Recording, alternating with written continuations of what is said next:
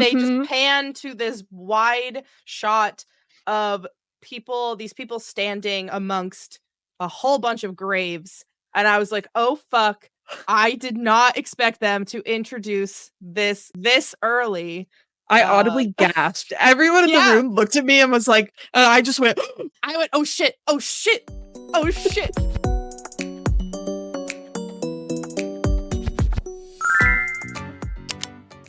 What is up, Yapsesh? It's been a long time. It's been quite a while. It's been a hot minute. Since Skeleton Crew. But if you're new here, welcome. My name is Brooke, and I am usually with my co-host, Sawyer. She is not with us today. She might show up, but she's very busy because she's got really cool stuff going on in her life, and she will join these reaps when she can. But anyway, we are Yapsesh, a fangirl podcast where we discuss all things fandom and nerdy, and we like to talk about queer femme fans and our experiences, and it's awesome. Find us on Spotify, Apple Podcasts, and our YouTube channel. Make sure to subscribe and hit that bell. I hate saying that. Follow us on our socials and all things so that you never miss an episode. But I'm not alone. I am with our good pal Meigs, who is returning for more re-yaps, because not only are they a big Star Wars fan, they're also just as insane about The Last of Us as I am. If you're me and Brooke are on a very similar level of, it's like that meme of two guys with the brainwaves going between them. That's us with The Last of Us. Yeah. So I'm disclaimer for these re-yaps. They will be insane. Oh my God. I am not. We already were going a little crazy before.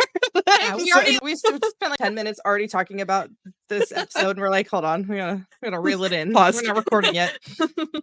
But I'm ready to. I'm locked in. I've got stoked. I put my Poppy in my Halloween Horror Nights. If you're watching on YouTube, my Last of Us Halloween Horror Nights merch, which is so sick, and it's got a stalker on it. So we're going to talk about those today. God. And I will preface that this episode, these re-yaps, will be broken up into two sections. The first, we are going to just talk about the episode with no spoilers of future events or anything from the game, unless it's little connections. We'll talk about probably Easter eggs. Little references. And then we will go into full spoilers. We're going to talk about the connections to the game, speculation, plot points that happen later in the game. So major spoilers for that, but you're safe in the first half of the episode. And I will put a big old spoiler warning when it's time to put our tinfoil hats on and talk about.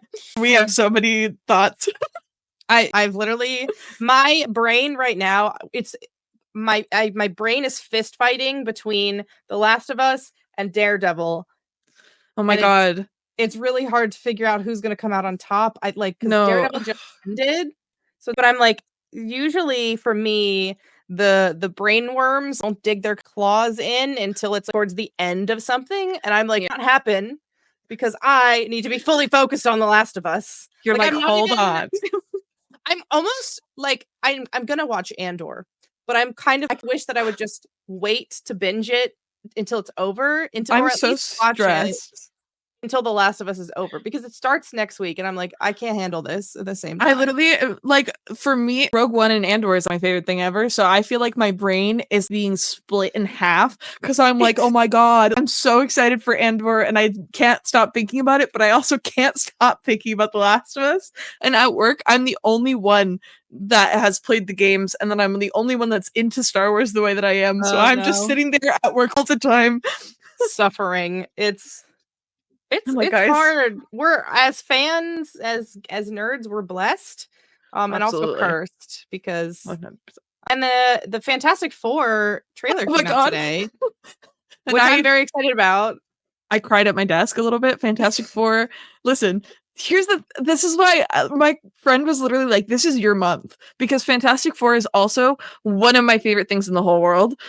the new gen. I love Fantastic Four. I love the comics. I love the characters. They're some of my favorite Marvel characters ever. So when they announced that it was coming to the MCU, I was like, oh my God. And then the cast is just top tier. So I've just been having the craziest week. You're on cloud Ever. nine. Like, I watched the trailer this morning and I was just thinking about this and I'm like, the world that we live in sucks right now, but I also feel so incredibly blessed that I live in the same timeline where Pedro Pascal is not only Joel Miller, Pookie number one for me of all, but he's also now Reed Richards. They're just crazy. Crazy. Oh my. Din Djarin is the Star Wars love of my life.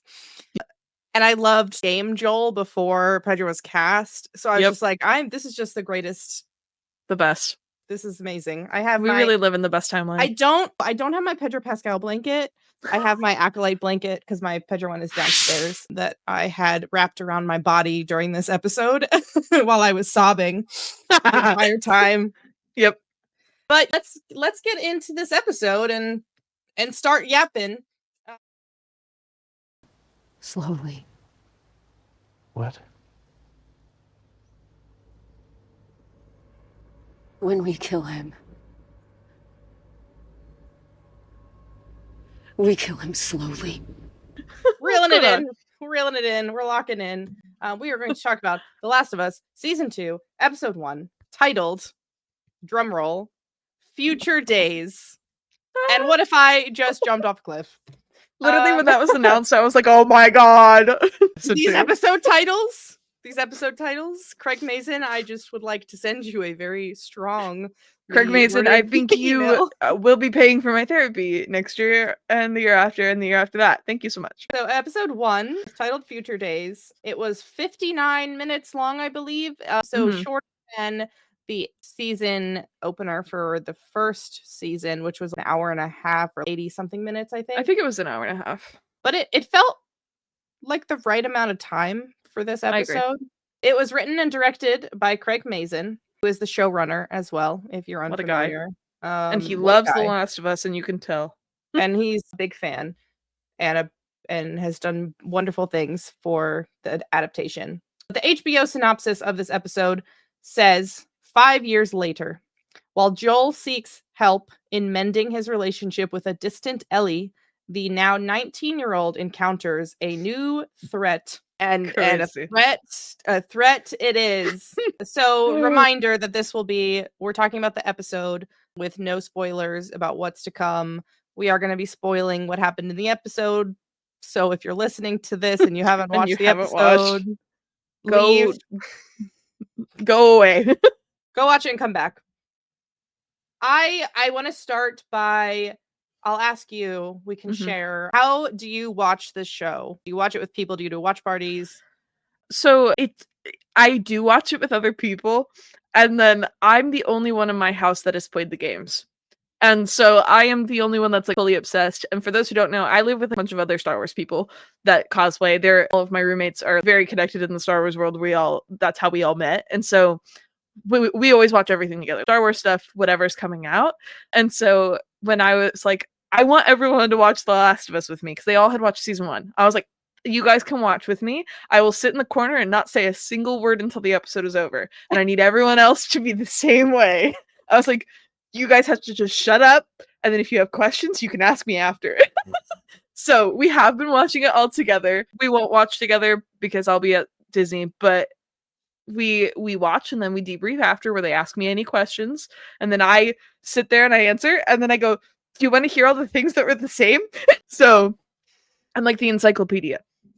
I love it. Yeah, I'm similar. I love the watch parties because I think one of the most entertaining or special things about this show to me is being able to watch other people experience the story for the first time. Yeah.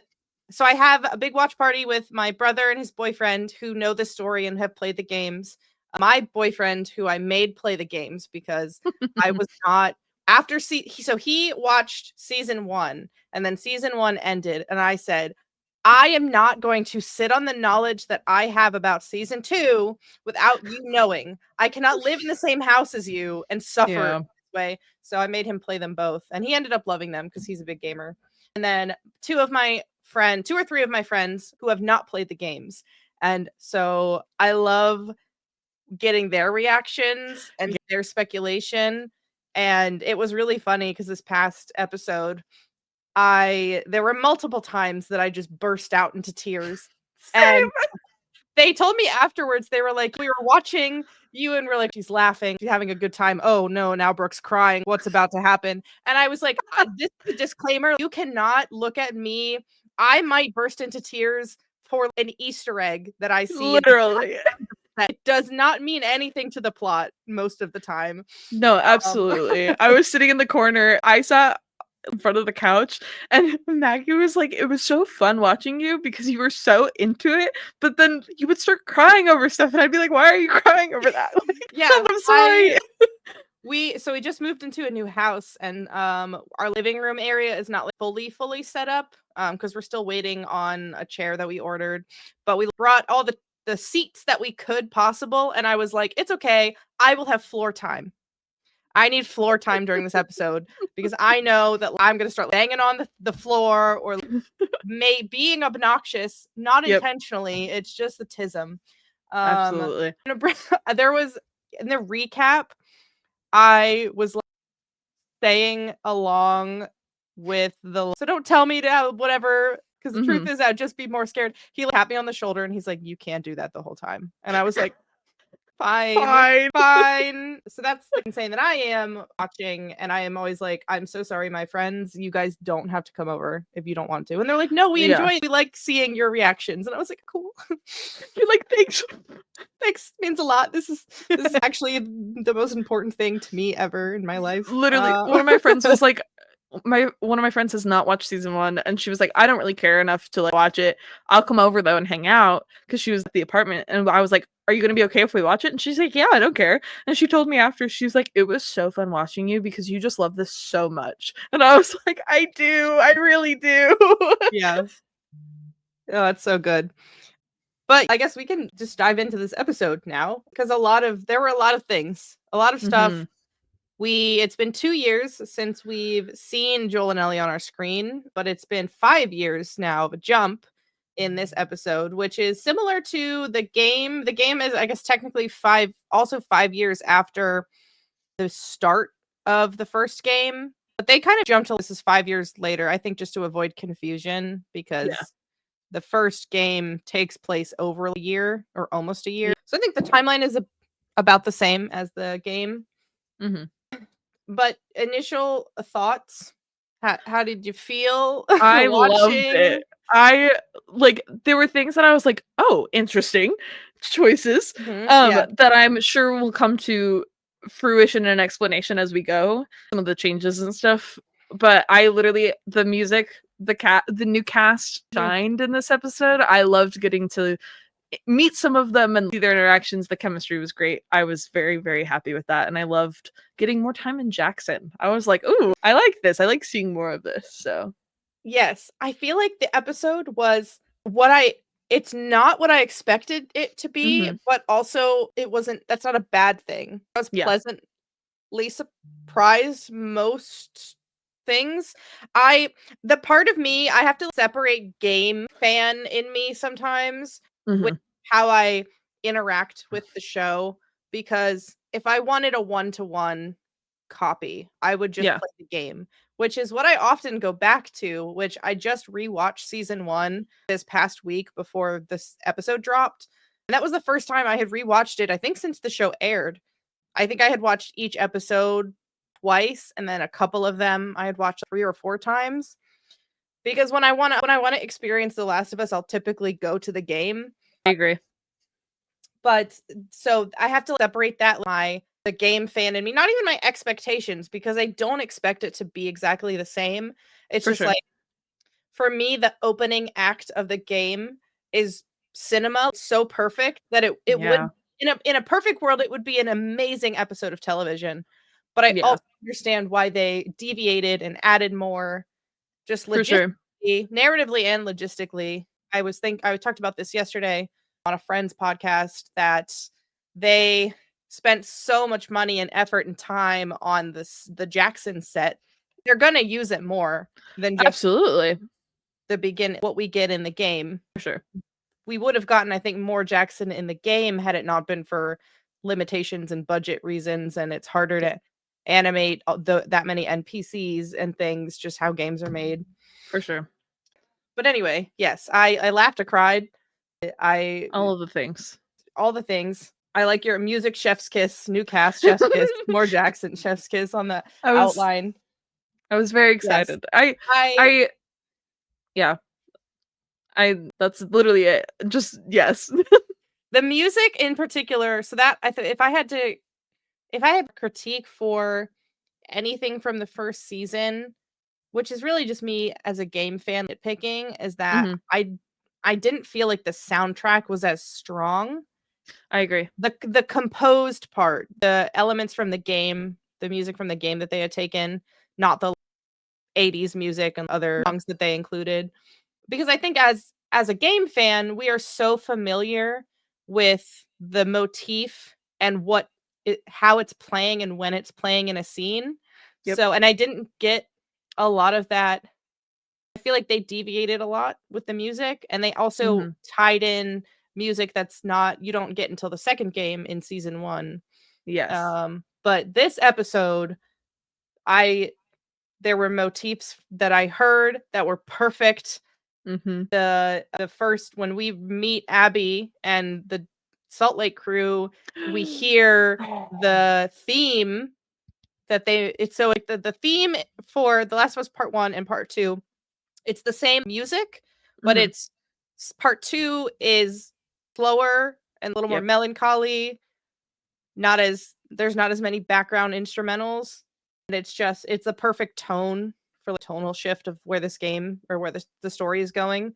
And that played during the intro was scene with Abby, and that brought me so much joy. And then we'll talk about, I think, we'll go through the episode in a second, but the episode or the game opens with Joel riding through Jackson into the settlement. And there's specific music that plays in it, some of my favorite music in the whole franchise. And so that when we didn't get that as an opening scene, I was a little bummed, but then we get that music plays when Joel is talking to Gail, the therapist. And I was just like, oh, there it is. It's fine. I can die happy now. I was like, they did it. I literally was like, oh. And I just came off of playing in a permadeath tournament.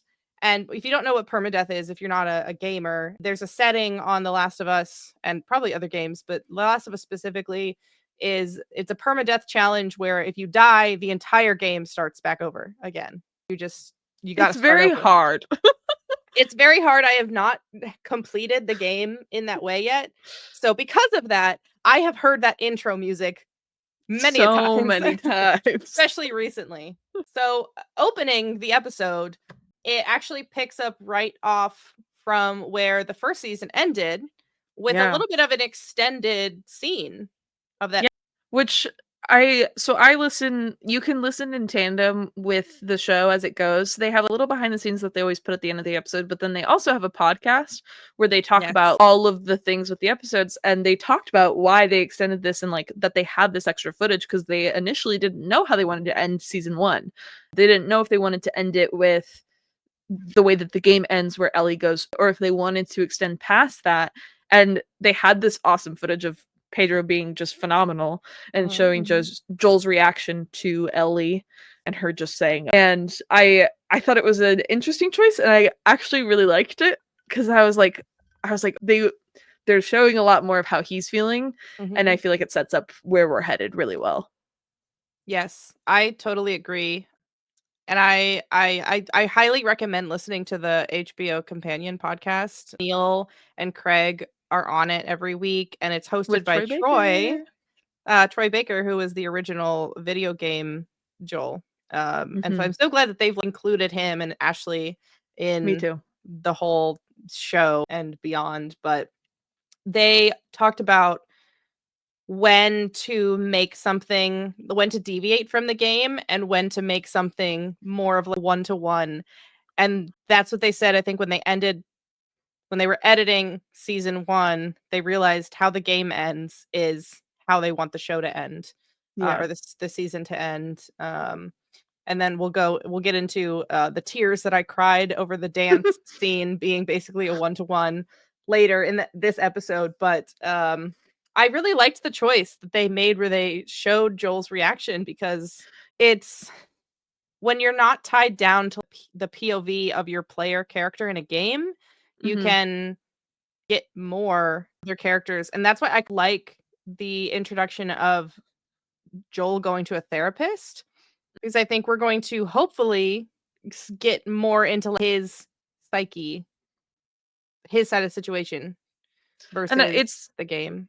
it's like what we talked about before we started the podcast. When you're playing a video game, right, you have 30 plus hours that you're spending with this one character, and the game majority of the game you spend in Ellie's perspective. You don't really get to play as Joel like you did in the first game, so you lose a lot of his perspective on the events that are going on and what's happening. And so that's one of my favorite parts about the show that they did a lot in season 1, where you're able to zoom out and see more of what's going on. When they showed us all of the stuff happening in some of the cities with the other characters, like you're able to do that, because you just can't really do that in a video game format. Just with the way that they work, you're really rocking with one character the entire time until situations happen. And so it's cool to be able to get more perspective, and I think it really helps aid the story in a lot of ways. And it's one of the reasons why I like that they did a live action, because you're able to explore those things that you wouldn't get to explore in a video game format.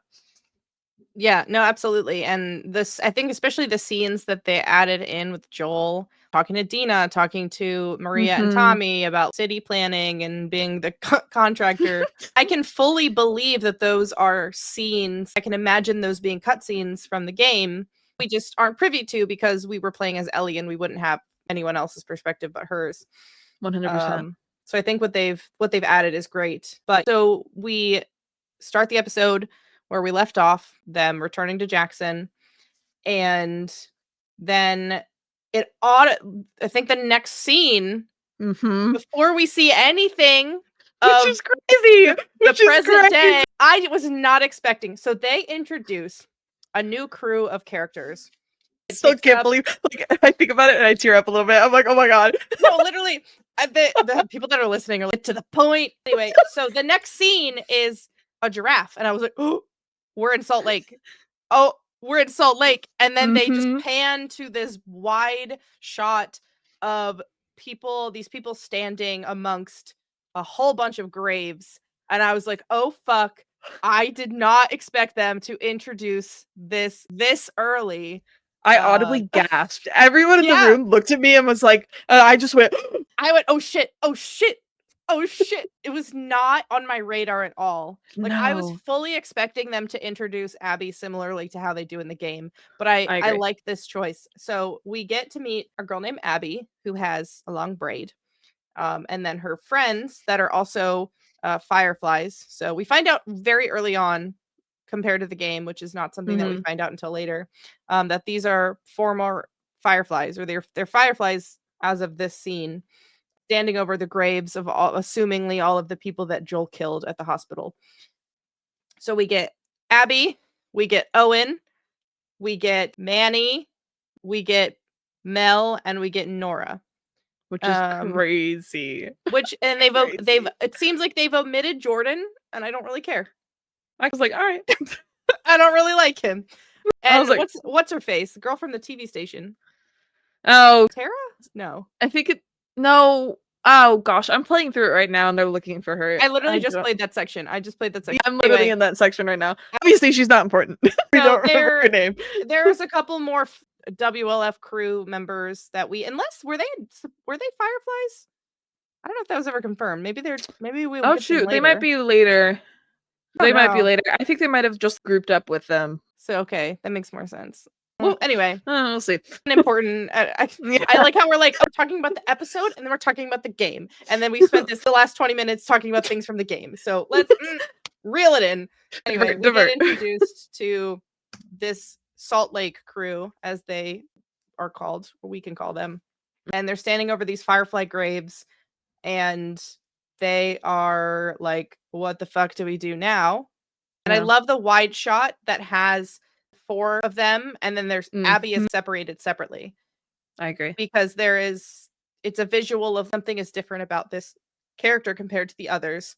And even Mhm. from the scene, I think we get that her grief in this is different from the Yeah. grief that these other people are experiencing.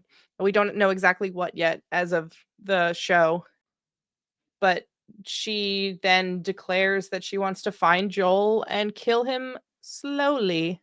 She says slowly and then Owen goes, "What?" And she goes, "When we kill him slowly," which is crazy. A Goosebumps. crazy sentence. I literally and like the look on her face, I literally was sitting in my chair and my hands were over my face and I was like, "Oh my god. She's so scary." And this is the beginning of her and I was like, "Okay." Honestly, that scene alone, and I'm like sold on Caitlin Dever as Abby. Me It too. was it wasn't her casting was not something that I was upset by. I was like, I know that she's really talented and that Mhm. she's been involved with Naughty Dog and this Mhm. franchise for a long time, because if you didn't know, Caitlin Dever was supposed to be, or she was in talks to play Ellie when the Last of Us was originally going to be adapted at I can't speak. Adapted as a movie 10 years ago. Which is Um wild. which is crazy, but it didn't work out, and the not her didn't work out, but the whole thing didn't work out, obviously, and then she aged out of the role. But she did work on Uncharted 4 Mm. with Neil and Naughty Dog, and it sounded like Neil and Craig and their casting director all pointed to her without even talking to each other about it first, and they were like, Which is "Oh, awesome. maybe it's meant to be." And just that scene alone, I'm sold on her Absolutely. rage, her grief, her anger, everything. We've seen her for 0.2 seconds and I'm like, I'm like, "Oh, that's Abby. Love it." there's no doubt in my mind. This is it. Even her voice. I don't know if Yeah. because Laura Bailey is the original actor who plays her in the game, and Laura Bailey, it's really Laura Bailey's voice, just deeper. And I feel like that's what Caitlin is doing, the same thing, For same kind sure. of tone, because you don't really need more than that. I feel But like she embodied it. Mhm. I was instantly like, "Oh, nope, absolutely. 100%. You are our Abby and it's awesome."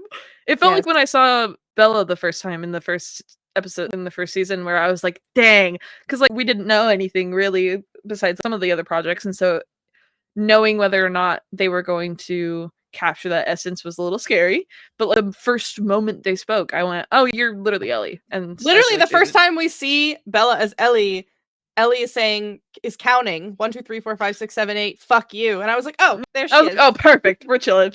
It's so good. Gabriel Luna had me like that with Tommy too. He's already got the voice, and then I was like, I Yeah, think for at least the prologue, I think he's doing the voice up because he sounds dead on as Jeffrey Pierce from who plays Tommy in the games. their casting has just been hit after hit, and it's like Yeah. even the rest of the ensemble cast as it's been going, Uh-huh. the new ensemble, dang, they're all just perfect. It's I crazy. have absolutely no notes. I have a lot of notes, but they're all positive. So that is really all that we see this episode of Abby and her friends until we get to the very end, but we'll get there. Mhm. And then we pick up with a 5-year later time jump, and we are reintroduced to our best girl Ellie, Cutie who's getting the patootie. shit kicked out of her by some big ass Literally. guy. In the middle of a barn. And it's I think jujitsu is what Yeah.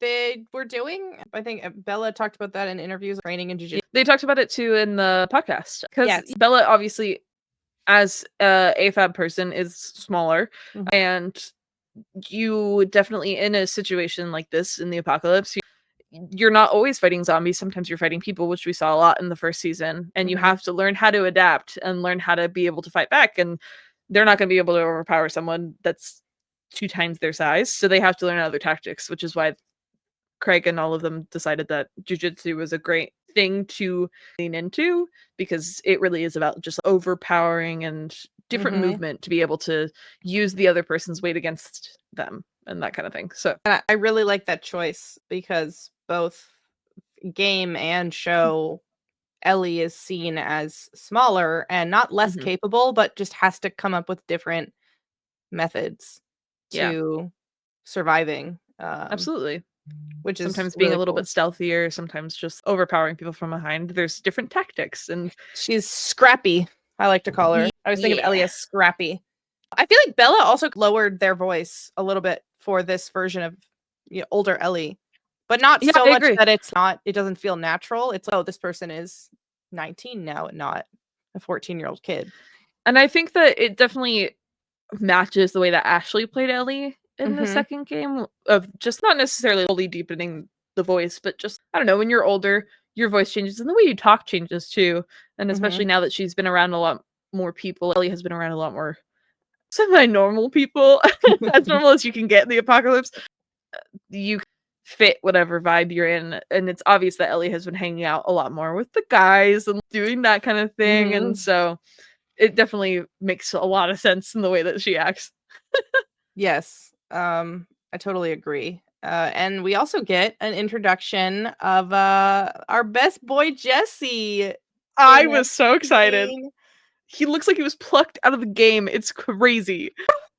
I was so happy with that casting. That was, I think, the one I was most excited about. Even just not knowing anything about a lot of these actors and the things that they've been in, but just purely aesthetic. And I know it someone looking like the character from the game is not the most important thing. Yeah, Absolutely not. We know that from Bella playing obviously. Ellie, Caitlin, the 5 seconds of her that we see of her as Abby, Maria being Yep. amazing, looking nothing like Maria from the game, etc., etc. Yeah. But just seeing, I love that they kept an Asian actor or Mhm. I think a Korean actor. I don't know if it was ever I don't think it was ever specified. established. I think he Yeah, just makes one singular Asian related joke, that's one of my but I favorite don't. jokes in the whole It's game. such a good joke, but I don't think he ever specifies, and I don't think it's ever fully specified. No, and I can't. I'm gonna have to look it up if Young Mizuno is his name. I think he was talking about Korean food in an interview. It's ambiguous in the game. They have him listed as Asian American in the game. Oh my god, he's from Wait, shut up. Where is He he went from? to my college What? and he's from Maryland. Wait, that's so cool. What the heck? Shut the front door. Oh, Well, now he you can dropped say. out. Oh, Wait, well, let's now you see. can say that you guys went to the same college. He attended insert university here, but dropped out and moved to New York City in 2014. Oh my god, I think we might have gone to the school at the same time. That's crazy. He is Korean. Anyway, that was what I looked this up for. Up. The more you anyway. Yes. I think he's Jesse. Yeah, crazy. The way he talks, the way he act, like it was wild. Like I was like, how did you guys do that? You guys like come off on a piece of paper and like Literally. spout? Like what went on? Yeah. So good. We meet Jesse. Jesse, and then we get more of Jackson Mhm. in this episode to see how it's grown, I think, since what we saw in season 1. Yeah. Introduced to a cart of refugees that are entering the city, town, community. I don't know what you want to call it. I feel like Um, community is the best word for it. which I have some theories about that and why they spent purposeful time on introducing that they're taking in refugees and Ooh, talking I'm about taking excited in to hear your refugees. Yeah. theories. We see that obviously the community is growing Mhm. and they did a little bait and switch on us. Mhm. The first scene with Mr. Joel Miller. Peepaw Joel. He was the first thing I said. I was like, "Oh my god, they made him so peepaw." He is so peepaw, and I keep seeing tweets about it, and it's my favorite thing. I love that everyone has adopted it. I'm like, he is peepaw. I love it so much. Yes, someone comes into the room and he says like, "What's up, kiddo?" And everyone, expect that it's Ellie, and it's not Dina, who also Ah, I am Dina.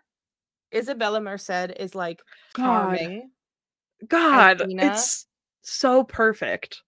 And this was like just talking about all the different casting. This was the casting that I think I was the most disappointed in, Me too. only because and they could still do it.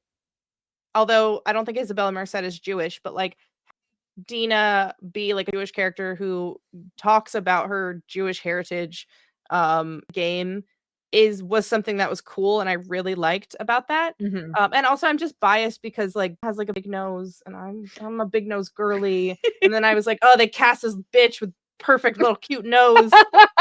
I'm upset You're by like, it. damn. And then like seconds into the scene and I'm like, I don't care anymore. No, literally. She's- I like when she first got cast, it wasn't that I didn't think that she could do it because Isabella, like in everything that she's been in, oh my god, she's phenomenal. Like Mhm. every single project in the last like 2 years that I've seen her in, I'm like, oh my god, like amazing.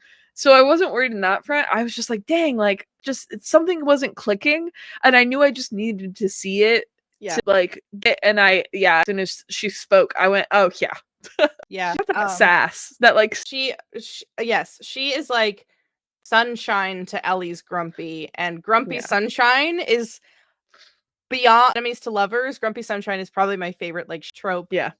World. Especially like kind of where she's just kind of Yeah. I like the kind of like still like the sunshine, like my favorite, and Yes. I'm Yes, Dina definitely brings out that side of Ellie, which through the episode we've seen that she's lost a little bit of that, like about Mhm. her. I do like that we see it come out, especially with her scenes. Dina. Also, I think it's interesting that we find Joel in this first scene. He's working on the circuit. Yeah. It's not something that he really talked about ever doing, but it makes sense, I guess, if he did carpentry to learn Well, electric stuff. he probably also learned some of that like he was in the quarantine zone too, because he like Mhm. saw him pick up a lot of like the odd jobs and stuff in the first season. So it was probably True. like one of those things where like he probably learned some of it before the thing, but like there's like years of stuff that we didn't see. I'm sure he Yeah. learned at some point. Very true. But yeah, got his little peepaw reading glasses on, I which loved it. It's like, oh my god. little Easter egg from the game. You walk through Joel's house, on his nightstand, there's a pair of reading glasses. And Mhm. I was like, oh, part of me was like, is this a nod to the reading glasses that we see in the game? Or is Yeah. this Pedro Pascal just being like, guys, I'm a blind motherfucker and I can't see what I'm can't doing. read. You gotta give me some glasses. And I think it's a kind little bit of think both. yeah, I think the design of the glasses is probably because they are similar to how they look in the game. They look like the reading glasses you find at the grocery store that like grandma Yes, that you like buys. pull off. Exactly. The thin kind of It's probably the only type of glasses you can like in this post-apocalyptic world. So for those of you that have not played the game, these are not spoiler things, we're just connections. There's a character named Eugene who was talked about in this episode. I think what they're going to do is his relationship that he has with Dina is now put on Joel.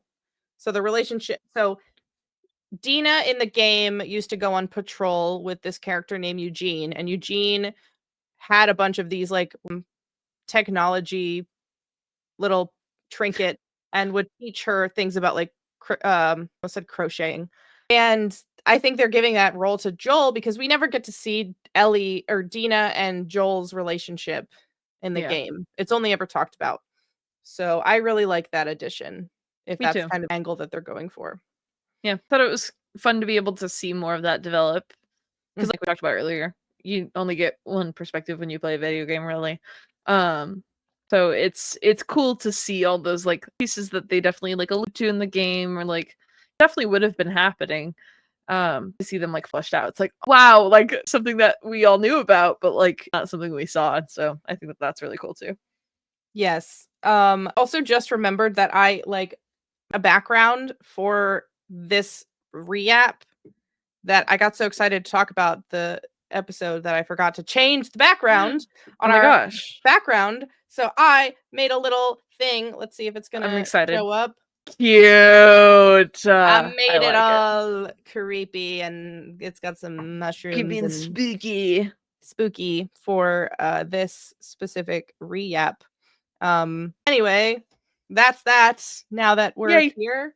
I loved that scene with Dina and Joel, and it's just like Dina just captured like essence of her character with just her lines of like, you in fucking therapy?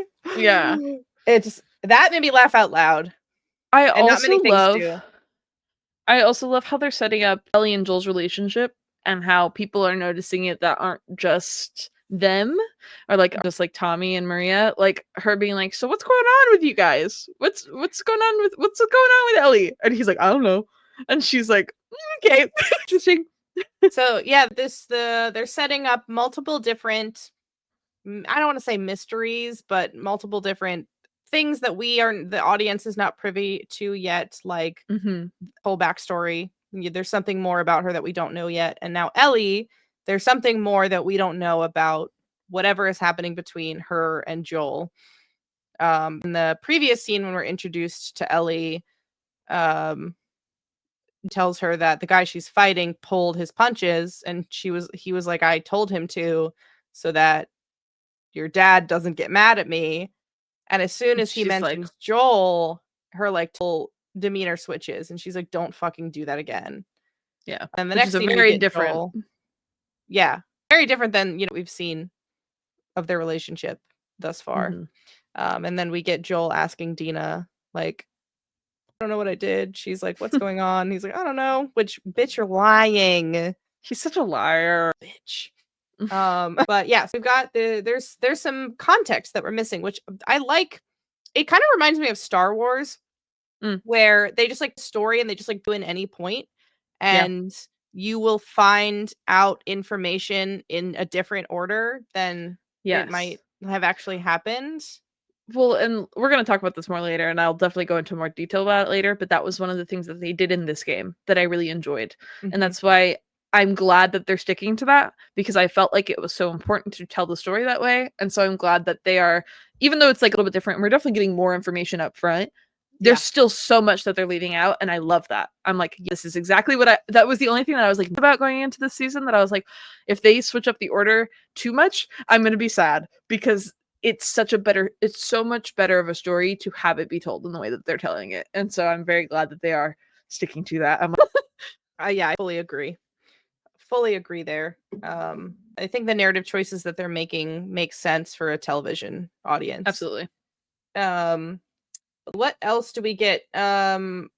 Of like timeline kind of now get a scene between Tommy and Ellie, and Hmm. Tommy is helping Ellie get better at sniping. They're on Yeah. this big like bridge and are sniping some infected from far away, which is a scene we get in the game. It's just in a way different place, but I Hmm. think it serves the same purpose.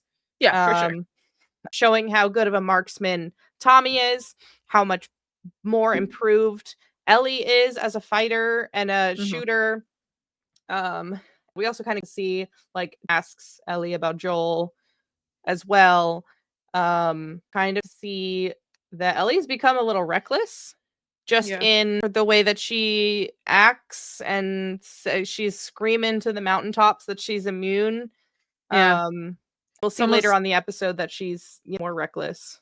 yeah. I feel like she's very much in the mindset of I'm invincible, no one can fucking touch me because she's like, I'm immune and I'm in Jackson where nothing bad happens and we're clearing out all these infected. So and like on that mindset, and it's a very different mindset than where we saw her last season where she was still a little bit reckless but she was scared a lot more and she's Mhm. definitely not as scared anymore. No, definitely not as scared. I think something that they're doing similar, I think the whole prologue in the first episode of season 1, they're they did a very good job at displaying this like doom, like the Mhm. incoming dread. Something was not right. I think they're kind of paralleling it a little bit in this first episode where Yeah. the Last of Us, things are going to go wrong. Like it can't be just this perfect happy world. Instead of this sense of impending doom, the characters are now feeling this sense of normalcy and Mhm. like comfortable with life in Jackson, Yeah. feeling safe, feeling invincible if you're Ellie, um, to how they fight infected, things like that. So I think it's like it doesn't have that same sense of dread, but Yeah. it's there's still some sort of like line theme wise to me Yeah. I in that agree. way. For sure. I have to like edit this. I'm gonna have to cut out all these but it's fine. See, then we go back to Joel talking to Maria. Mhm. Love the little Expanding. constructo dial That was joke. so funny, where he's like, "You can work faster. We have this thing called the constructometer, where you can turn this little dial." And then literally 2 minutes later, Tommy walks in and he's like, "How are things going?" And Joel's like, "Well, your wife wants me to work faster." And Tommy immediately goes, "Have you told her about the constructometer?" And I'm like, "Oh my god, you guys are so siblings." It's so funny. And you can tell Maria's like, "God damn it." It's so perfect. I loved it so much. And like, it's one of my favorite jokes from season 1. Joel telling Ellie that he used to be a contractor, and he's like, "Yeah, I loved contractors." And it's Literally. And now he's like Jackson, essentially. yeah, it makes sense now. I guess we didn't really get to see much of what Joel was doing in Jackson in this time jump in the game, other Mm-mm. than going on patrol.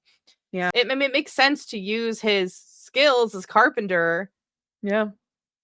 build out Jackson. Okay. Which is interesting also. I think we get the scene I think we get a scene before this where they find a bunch of roots as they're Oh, yeah. expanding. We Mhm. hadn't mentioned that yet. As they're trying to expand the city, they dig The up pipes are the overgrown. old pipes and they're super overgrown. And I think Dina brings that to Joel, and Joel is kind of just empty them out. Like very nonchalant about it, like want to inspect it. He's just like, it's just what happens with old things, whatever. So I'm wondering if they're like, to me, it feels like they're kind of up Joel to be like to show his flaws a little bit more. Yeah. That he is like about these pipes. Mhm. Like we'll just get it done.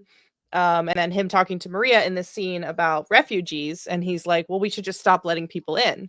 And I was like, Yeah. "Whoa, And I Joel." feel like like we were talking about earlier, it literally parallels Ellie. So they are so similar, and there's a reason why Tommy literally says you and Joel are the fucking same. And it's Mm-hmm. because they both like show it in different ways, but they both have kind of a little bit of a reckless attitude towards things and are kind of do it. Like, I don't know why are we talking about this? Like attitude towards the council, like calls it their council, and Maria's like, "No, it's your council too. Mm-hmm. Like, you're a part of this community. It's not just us." Like, it's very interesting how they're already like, forget these two are the same person. Yeah, they both I think have this sense of being like Yeah. Oh, they're both on the so outside. loved in their communities, which is so, oh my god. Yeah, but they both have this like I think about them where they're like Yeah. there's something different about me that I don't quite fit in this way. I think Joel probably hides it better than Ellie does. Oh, for sure. But Ellie I think also I would say is more different just because of her immunity and having to Mhm. keep that a secret. Is fully keeping his bullshit a secret, not because it can change the world, but because he's It kind of an changes his asshole. world. Yeah, it changes his world. And we meet little Benji. Oh We my meet little god. Benji, Tommy and Maria's child, who's a The new cutest. character for the show. I So don't precious to me. Maria was not pregnant in the game, as far as I No. know. Very Maria was posed as older too, like more closer in age with like Joel. So I don't know if she would even be like childbearing age in the game. But anyway, I like the change. Little Me too. Benji. I like He's to so cute. see Uncle Joel. God, and he loves Joel so much. I was like, this is so cute." A little like he's like shed Joel, and Joel's like, Yes. God, and I'm just I like, oh, I literally put my that heart. note in there of the like some of that because he goes only shoot the monsters like before that, and Yeah. then immediately after that, what does he do? Shoots Joel, and I went, okay. I went, awesome. Uh, That's so good. Thank you so much, Craig Mazin. I love that. which is not the first time that there is going to be a metaphor of Joel as a monster, not only in this episode, but also in future parts Yeah. of the story, which is one of my favorite things about the game to talk about. But Same. that is way later, so you're gonna have to We'll come wait back. on that one. Future But episodes. yes. We get that scene, and then we get this scene, brand new character of Gale, by Catherine O'Hara, who's Moira. incredible. Like, if you can cast her in God. something, do it. Absolutely. And she is playing this character of Gale, who is apparently the therapist that Joel is seeing, which Mhm. I think is such an interesting addition to the Mhm. character. I don't think it would be something that would work for the game version. No. And they talked about that a little bit on the podcast, that was Mhm. actually something they threw out in season 1. Yeah. Joel would have been going to therapy in the quarantine zone because they would definitely have therapists. Like, people are living through a freaking apocalypse. Like, much Mhm. as yes, it is about survival skills. If you can't survive psychologically, you're not going to be able to survive at all. They just couldn't really fit it into season 1, and so I'm glad that they were able to find a way to fit it into season Mhm. 2 because like definitely makes sense with how long they've been there now. They've been there 5 years. Like, stuff you got to process, and you can't really do that on your own. Um, so I do love the addition of Gale. I think that I was a little bit hesitant to it at first. When Yeah. I first, like, within the trailers and stuff, I was like, I don't know. But now I'm like, no, I like her because she brings out a side of Joel, which we'll talk about, I'm sure, in the next section, that is very important, I think. Yes. So, Yeah, I think watching the trailers, I was like, "Oh, that's an interesting change." Um, the first time we see Joel saying "I saved her," he's talking to Tommy. mhm. Now we see that he's not really telling Gail anything. The whole No. scene was about Gail is like, "I don't believe your bullshit. Like, you're hiding something from me." And it Yeah, ends on him saying, "I saved her," and then walking out. Um, I think this is such a great way to get more into Joel's like absolutely. I think Pedro Pascal brought a vulnerability to this version of Joel that was not in the game, which is not a negative. I love Mhm. Troy Baker's portrayal of Joel. I think it's a I and this is it's so hard for me to like because I hate Mhm. it's like between children, but I Literally, love my favorite kids. like I said this on another podcast that I was on last week when we were just like about the show. I was like hashtag not my Joel because that's not like not what I'm saying. I have such an attachment to the game version of Joel, and Yeah. there's something so endearing to me about like a hardened father figure who hides his emotions and but has such a deep connection with a child like Ellie that they don't even need words Yeah. to what the other is thinking. And they did display that a little bit in the show with the Mhm. scene where she's like, Ellie is like, well, I'm glad you heals all wounds. And Joel is like, it's not time that did it. And you can see everything on their face. Like, never going to say, I love you to each other word for No. word. But that was the closest we were going to get. Yeah. So there was some of that, but Pedro just brought this like that I think allowed this opportunity to have him be vulnerable enough to see a therapist. Now he's Yeah. not vulnerable enough to tell anyone. He No. definitely doesn't want Ellie to know. No. He's still going, and I think it's a good narrative choice to help give us some more like because it seems like we're gonna get another scene, at least another scene between the two of them. Yeah. I liked that it also, like, obviously, like, loves Ellie so much, and there's a reason why he lied to her. There's a reason why he lied to her at the end of this first season, and it's because he loves her so much that he can't bear the thought of her hating him for Mhm. taking away that choice. And he knows that, which is why he lies to her. And I love that he's still continuing to lie. It's been 5 years. And he's talking to Gail about all the like issues, being like, she doesn't talk to me, she doesn't listen to me, she's 19 years old and she's acting like a teenager, like all these things. And when Gale Mhm. clocks the shit and is like, "You're not telling me the truth," that's when you see him go, like, hot. He's like a deer in Mhm. headlights, and he's like, "Oh fuck!" Like, it's caught me, but he still lies. He still lies to himself, and he lies to Gale. And I think that that's so interesting that he has built up the lie so much that he's like lying to himself, being like, "I don't know why she hates me. Mhm. Saved her life. Like, I don't understand." And it's like, you're so deep in this, like, that you are now lying to yourself, which is, it's just so, it's so cool to see that more, like, in this live action version. Because, Mhm. like, do find out more about that in the game later. But it's just, I like that they're already setting it up to just, like, and oh man, it makes the rest of the episode really sad. Yeah, really, it really does. And just that tear that like down his face God, Pedro. when he says, "I saved her." I Oh went, my god. And I I was think like, I'm like in it. I think from that scene and from this episode, you get the sense that the guilt that he feels is not over what he Oh did. God. The guilt he feels is because of the lie that he told to Ellie. I think He's more guilty about how he has told Ellie and what he has told Ellie rather than what he did, which is also very telling of who he is as a person. He Yes. doesn't regret killing any of them. Mm-mm. He regrets not telling Ellie the truth and not giving her that choice. And that's also Joel is such an interesting character, and I love him so much because like, he killed all those people and he doesn't care. He cares more about Ellie's reaction than anything else. Okay, wow. Because we're just coming off of the Daredevil season finale. I am seeing the Joel Miller, Frank Castle similarities. Yeah. I am so predictable in the fictional men that I love. Listen, That's I get crazy. That's crazy. But we're not talking about Daredevil. If you guys want to hear me yap about Daredevil, please let me know and I will fucking I yap. love Daredevil. Anyway, we also find out that Gail is the widow of this man named Eugene.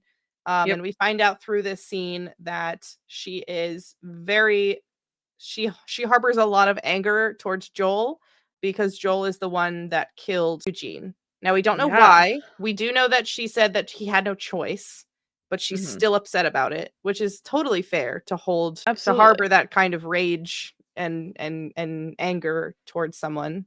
For sure. Even if it was a justified reason, it still sucks. And my husband.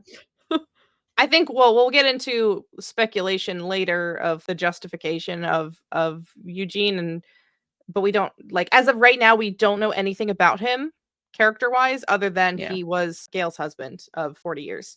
There are details about him from the game that we know, but as of right now I don't know if they're going to keep the same. The only thing that they added in the show is that they talked about him helping sell pot around Jackson because Gail did talk about that a little bit. Yes, because Joel brings weed as payment for his therapy session, which is iconic. Which is awesome.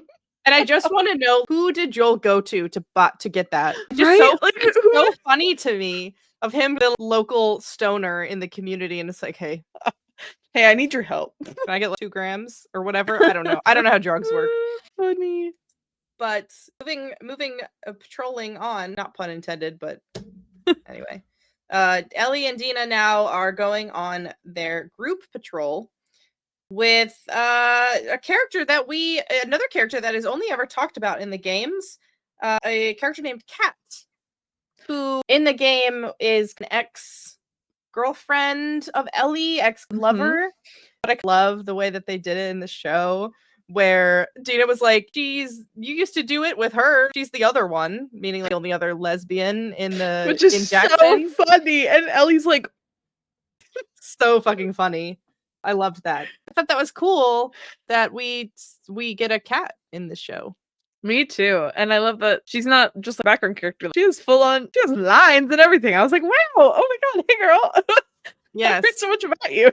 And that's the things I love about the show is that they can take ideas from the game that they just didn't have time for and expand on it. The New Year's stuff that we'll get later on the episode, a lot of those things were taken from stuff that you would find in Lost Levels. When they remastered The Last of Us Part 2, they added in these lost levels that were levels that had been developed but not completed, canceled or from the game before they were fully finished, fleshed out, but still cool because it's adds some narrative to the story. So I like that they're taking some ideas from that. And there's other ideas from that I really hope that they take in future seasons of the show as it is. So into Ellie, and Ellie is so girl failure. I went on a whole rant about this, but Ellie is such a loser. She doesn't know what to do. Anytime any kind of affection towards her, she doesn't see it as she's like, no. You tell her she's like, no, that's not what that is. She's just my friend. And it's so funny because Dina is so into her. It's so clear from the moment that Dina shows up at the house when she's leaning against the door frame and she's like, I'm like, oh my god. And then when she helps her with the bag, I was like, girl, I am sweating and I'm not even Ellie. Like freaking out. So I just love Mhm. that Ellie is so like failure and doesn't know what to do because she's like you could tell that she's like the kind of person that like dance floor in a club would have her hands like up here so that she doesn't have to touch anyone. She's like Absolutely. hands up in the air because she's like, I can't touch anyone on accident. Oh I my love god. it. And Dina is like, "I will kiss everyone on the mouth in this club right now." Yes. And And I it's I such a love fun dynamic. it's so good. I love the switch. So in the game, Jesse that wakes up or goes to Ellie's and is like, "Hey, time for patrol." And I kind Yeah. of, much as I love that scene in the game, I love the switch because I think introducing Dina earlier, Yeah. just Ellie instead of Dina being introduced while like is there and Jesse is there in the Mhm. game. Um, I feel like you really need to establish the chemistry between those two characters. Yeah. Like Dina is such an important character to Ellie. I just love it. And I think on the podcast they said that was like one of the first it might have been the first scene that they Mhm. shot between Isabella and Bella. And Which is awesome. hadn't done like rereads or anything before Isabella was cast. And so they like really have time to get to know each other. And then they shot that first scene and Craig Mazin was like, "Oh, we're gonna be just fine." Like We're chilling. it's so good. Want to talk about something that made me both incredibly happy and joyful and also fills me with rage. Um I so on patrol they find a deceased mauled to death by infected bear. Mhm. I love about it is the barbecue joke Yes, because so funny. Ellie you can just see the heart eyes and just the heart around Of her just that being like, "Oh, damn." when Dina makes that joke is like the first time that you see that those feelings are like Yeah. "Oh, this is the girl for me." It fills me with rage because and this isn't really any spoiler, so I can talk about No. it now and not the next section. Bear in the game, it's a moose. Yeah. And the moose is so important to me. It's in its metaphor, for what's to come. Yeah. If they can I can understand this is where I think they're going to be going more for the monster angle for Joel. Yeah. When you think about a monster of the forest, you would probably think of a bear more than Yeah. anything else, even though like the game they kind of go more towards moose is like strong, it doesn't have any natural enemies other than like a fucking killer whale, like only thing that can really kill a moose. Invincible force that it's when it's taken down by all these infected you're like wow this is crazy. It's fine, it's different but it still I think serves a similar purpose. I agree. So I'm not going to be that upset about it. No, yeah. Also, it was a little bit like, "Oh, damn." I Like, was like oh the moose and then it was a bear and I was like what the fuck. If they're going for the angle of like being a monster, yeah. um then it's okay I think to me Yeah. being a bear because anyway this bear was obviously taken down by a lot of infected. Mhm. Sounds like there are more and more infected that have been showing up around Jackson, so they're doing more Yep. patrols to try to eliminate them. I think later on we hear them talk about like it's only a few, it's not a horde, and then someone says yet it's not a horde yet. No. We're getting some more like of what the situation outside of Jackson is Yeah. like. And how things are looking for them. Yes. Then we get we do get a nod to Curtis and Viper. Yes. So I put it in the notes that my favorite thing was that we got to see even just like this little bit a lot more of Jesse, Dina, and Ellie, which Mhm. we do get in the Oh game. yeah. It already felt a lot more just like the little comments they were making to each other and Mhm. Dina raising her hand and being like, "Is this what we should do on patrol?" kind of sassily, and then him immediately making the same joke that Dina made 2 minutes ago. Like it's Yeah. just very much felt like the synergy, and I was like, okay, I love that they're giving us more of them because you don't get as much time all three of them together, Mhm. the way that things shake out. And so I love that we're already getting a lot more and seeing how close they all really are because you get like the pictures and stuff in the game, but I loved that. I was like, Yes. yes, this is awesome. this show has the opportunity to do less like more showing of their relationships. Way that it's framed and the way that it's shown, like, because in the game it's more of stuff we hear about than Yeah. things that we actually see, so I like being able to see more of it. Yeah, so we find out that Dina and Jesse were a couple and they are no longer together, and it sounds like they are a very on and off again couple. It's an interesting dynamic for later on in the episode. Mhm.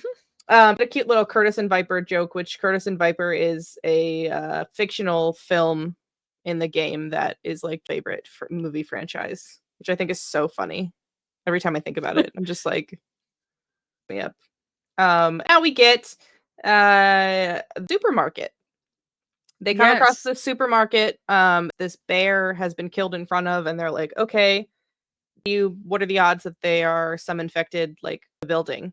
Mhm. And these are things that like I think the end goal of the way that the story is being told is going to be the same, but they're changing the order a little bit because this Yeah. happens after the dance in the game, but now Yes. it's before. But I really don't. To It's kind of me, negligible.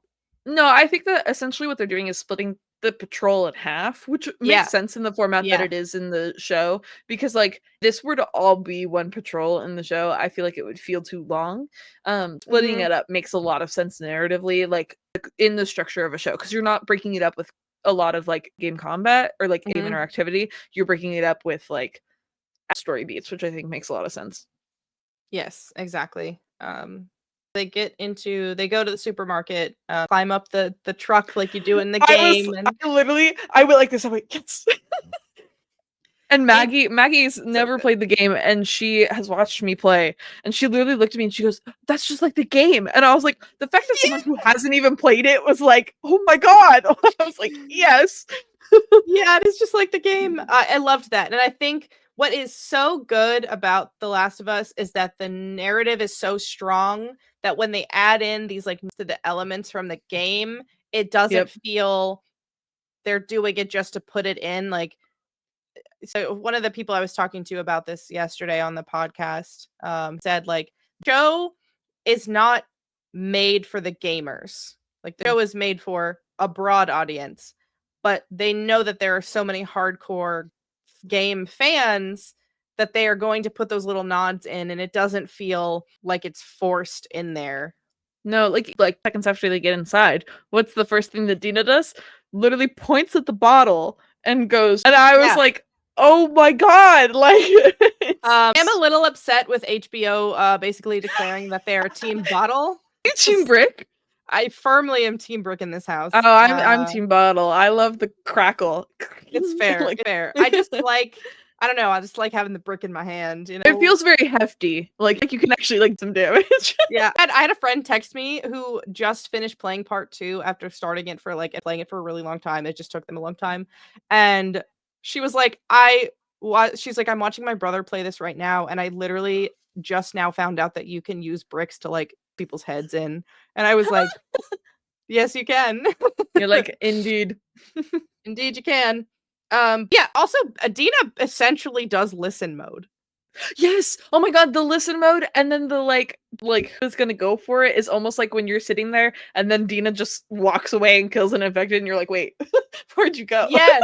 So in the game, for those of you that have not played, there is a mechanic in the game called listen mode, and it's basically like go into like you press a button and it'll like the scene kind of black and white, and it'll show you the enemies behind walls and where they Mhm. are. So it's basically like you're not actually we're seeing them as the player, but like the characters are just listening for where these people are, Mhm. which is essentially what Dina does when she's like, Which is "Oh no, crazy. it's not just one, it's two." I was like, "That's insane." I love that they added that. Me too. Then we get the bottle. We get to see how evolved Ellie has become as a fighter. Yeah. They make jokes. They're like jokes about getting the clickers and like Like cinnamon, and the I love that. yeah, it's Um, awesome.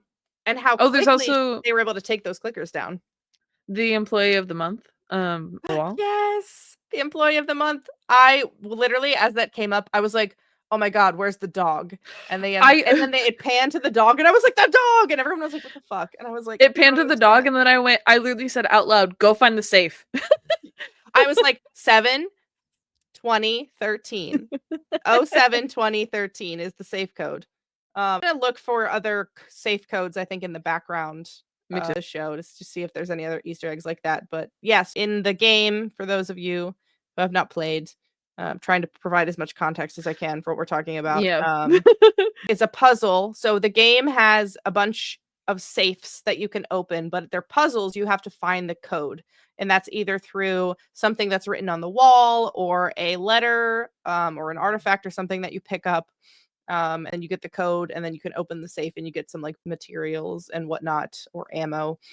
In the grocery store, there is a wall of employees of the month, and there's a note that says that the code is the same of the month of when our good boy got employee of the month. And it's a picture of the dog on the wall for July. And I was so waiting for it. I was so like, oh my God, excited. please show the dog. And they did. And that was incredible. That nod. I'm so like, I keep thinking about this, how, because in the game, it's really not, they did it so well to show how scary the clickers are Yeah. the first season, and just how like scary they are. And Yeah. now we see they're just joking around about Literally, killing them, they're and they're they so take them chill. down in like seconds. Which, like, we play the second game, that's kind of almost what it feels like the first time, because you're like, oh damn, like I know what I'm doing, and you like in there, and especially because play style differences. When you play the first game, you're playing majority as Joel, and then switch to Ellie. Joel is very like broad, like win, kill people, blah, blah, blah. And Ellie is definitely more suited for like the sneaking up and the killing and like the high intensity like snip attacks. And I love that they kind of that in the show of like even though she is a little bit like will run into a fight, she also is not afraid to sneak up on people, and she's lethal when she sneaks up, which I love that they showed, because that's like majority of her play style is that you're a lot sneakier, and while you can do like the kind of quick movement and the brawn, she's definitely more suited for that sneak up, which I love. Yes. And they show that so well in the show. And it also, I think, is another display of kind of like of just like jokes, like you could step on glass at any point and the clicker could hear you and come get you. And she's like, I don't give a fuck. Yeah. But then kind of first part, and I honestly I should have known that it was coming, because in the game Ellie falls through the floor and is bombarded by infected. But I was like, she was like, made a joke and then just fell through, and I was like, oh, and I was like, oh, why was I surprised by that? Literally, I was like, oh God. And this is where we get our introduction to a new type of infected that is called, they are referred to as stalkers. They give me the heebie-jeebies in both game and in real life. Stalkers, technically they're in the first Last of Us game, but unless you played the remake of The Last of Us Part 1, they aren't really it's really not as noticeable, the differences between them. Really in The Last of Us Part 2, that they are in this kind of enemy type where they are stealthy, they're quiet, you can't use listen mode to hear them. Do exactly what they did in the scene, and they're terrifying, and it's the worst part of the game. They're freaks. They're Every little freaks. every time. They're little I love them because they're yeah, so cool, but like they're so freaky. They're so literally, it's so freaky. But yeah, so this is our introduction to a stalker. And what I thought was interesting to think about, I think I read online or someone said that because they go back afterwards and they talk to Maria and Tommy and the council about this supposedly new type of infected. But what we see in the scene between, if it was anyone else, they would have been dead. Like, got bit before she was able to take the stalker down. And the only reason she survived is because she's immune. Are the stalkers new, or is like no one else survived a stalker attack? Yeah, no one else ever been able to make that talk about them, which is really scary to think about. I love the narrative element of Me too. the addition, and not just like in the game it's like, oh, this is just a different enemy type. Yeah, It's gameplay thing. It's like yeah. They went more for what are these things and why are they here? And I think it parallels with like the community is evolving, Ellie's evolving as a person, and now supposedly these infected are evolving or yeah. adapting, which is Well, very interesting. Craig talks about it in the podcast that like actions have consequences, right?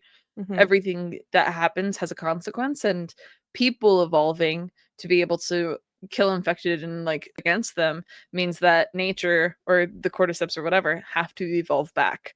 um People realize it or not, there's going to be a consequence to their action, and I love Mhm. that it's just continuously repeated that like action that they're taking, like something of consequence that's happening, whether they are Mhm. doing it on purpose or not. It's just like Mhm. it's just the cycle. It's the cycle of life, and it's just how things happen. I feel like the Stalker is a great first example of that they show of like adapted to being able to kill all these clickers and do all these things so easily, right? So we're gonna adapt back, whether you know it or not. Yeah, Which is I one of my favorite additions that gives me goosebumps every time I see it is the like the scene to the show with like the 60s like show, mm-hmm. and they're really adding into the science behind Yeah. the infection and how If it was things got able a to little bit start. warmer, if like It's the in the game, the environment is like its own character, but they're really emphasizing that in the show. Like the infected are their own character, yeah. and there is like their evolution, how like science happening. Reason maybe that these stalkers are able to exist now. Um, I think it's just so cool that they're like with that. Brings me lots of joy as a science girly environmentalist. Mm-hmm. Cool. What else happens after this? Because I um feel like they go and talk to the council, Mhm. everything, and the council kind of, okay, it's fine for now. We need to worry about this at some point because this is things are getting dangerous, things are getting precarious, and I think it like back to like talking about the refugees and like there's a lot going on, and now things are starting to get a little bit hairier, and they're realizing it, and so they're like, it's the new year, let's worry about this later. So then they Mhm. all go to in Jackson, and Mhm. they go to do have a little dance party for the new year, which I literally I knew it was gonna be like, because that was in the trailer of like from behind it. For those of you that like aren't fans of the game or like never played the game, when they announced the game, literally it's on my phone, it's on my home screen somewhere. Yeah, I it's literally think. my own wallpaper. I held it up as Yeah, it was like as it's panning to that literally scene. I like put it around my and I was like, guys, look, guys. on my home screen. When they Last of Us Part 2, they announced it at, I believe it was E3. I don't remember which convention it was, but they had basically said we have a Naughty Dog presentation. Um, it's for Naughty Dog related, and that's all anyone knew. And they Mhm. went out to this tent that was decorated with the lights and everything, and everyone was like, "What is this? Like, this is." They didn't put anything else to like give away what it was or anything, and they showed this scene. The scene that you see in the show is pretty much shot for shot, like everything, all of it is exactly what they showed when they announced the game, and it's exactly what's in the game. Like, it's such an iconic moment, I think, in the terms of The Last of Us Part 2, because it's what started it all, kind of. Mhm. And so as soon as the music started, I literally started crying. I was like, oh my god. I was like, this like, oh gosh. Tears, tears, everything. And that's where like when it's in the game and you don't need to change anything for the show, it's like Yeah. magical to me. Oh gosh. And the way that they did a lot in season 1, and me and you have talked about this, where they like mirror certain, and there were moments in Mhm. that where they did that, where they like mirrored shots, and I was just sitting there Mhm. like, oh my, this is like,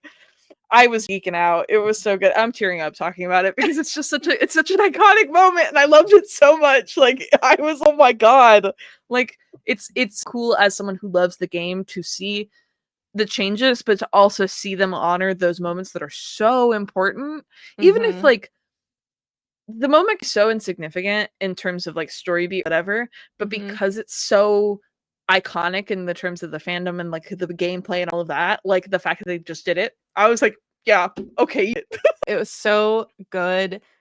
and I was so, like, enthralled with the scene that I didn't even realize that the band that plays the song was like they had the fictional band. I think it was like Britney and the Jugheads. It didn't even click until afterwards. I saw pictures on No. Instagram that the real band is called Crooked Still, and I listen to them all the time, especially Me the too. music that is in this game because there's multiple songs.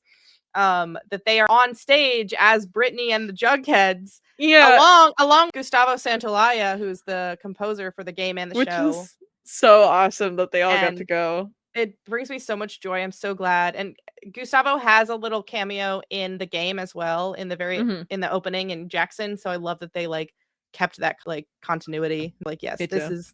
he is an NPC in Jackson. It brings He's me important. so much happiness. Yeah. So the scene is like pretty much one Yeah. of what it is in the game. Dina, like Isabella has like down Oh so God. good. Like all the Dancing around lines, the dance floor. Awesome. everything about it was perfect. Bella's in that scene, everything about it was perfect. There is and this is something I'm interested in talking about a little bit. Because that is pretty much one to one. However, there was one line that was changed. That is an important line to me, but I think if the reason why they changed it is the reason why they changed it, it makes me very happy. After Dina tells Ellie, I think they should be terrified of you. Ellie says in the game, she goes, I'm just a girl, not a threat. And Ellie in the show says basically the same thing, but they leave out, I'm just a girl. And so it like took me surprised that they changed it. But knowing that Bella Ramsey is someone that's non-binary, gender fluid, Yeah. I love the idea that they changed it for that reason, but I also love the idea because I've always viewed Ellie like she's not a very feminine character. No. But she's like the idea, I think, of gender in like a post world, like, and we see this with Seth, who calls them a slur right afterwards. Yeah. It's like they're eating mushrooms, like they're eating base, and you care Yeah. about gay people. So just like the whole concept of Exactly. like society breaking, like those for kids, especially like Ellie, Dina, who they never grew up in the old world. I Yeah. feel like They those don't things know. they wouldn't be in it. Like the norms, gender Yeah. assignments, whatever, like that wouldn't be an important thing to No, them. it definitely like wouldn't be it. The idea of gender identity, right, is very much tied to our education and like how we're put in society, and like if it's not explicitly stated to you, you spend a lot of your life learning about those gender roles and like where you're still quote unquote sit in society. And when it breaks down, you don't have that anymore. And I feel like especially in the world of The Last of Us, where it's dog eat dog, like it doesn't matter who you are, you have to learn how to adapt. And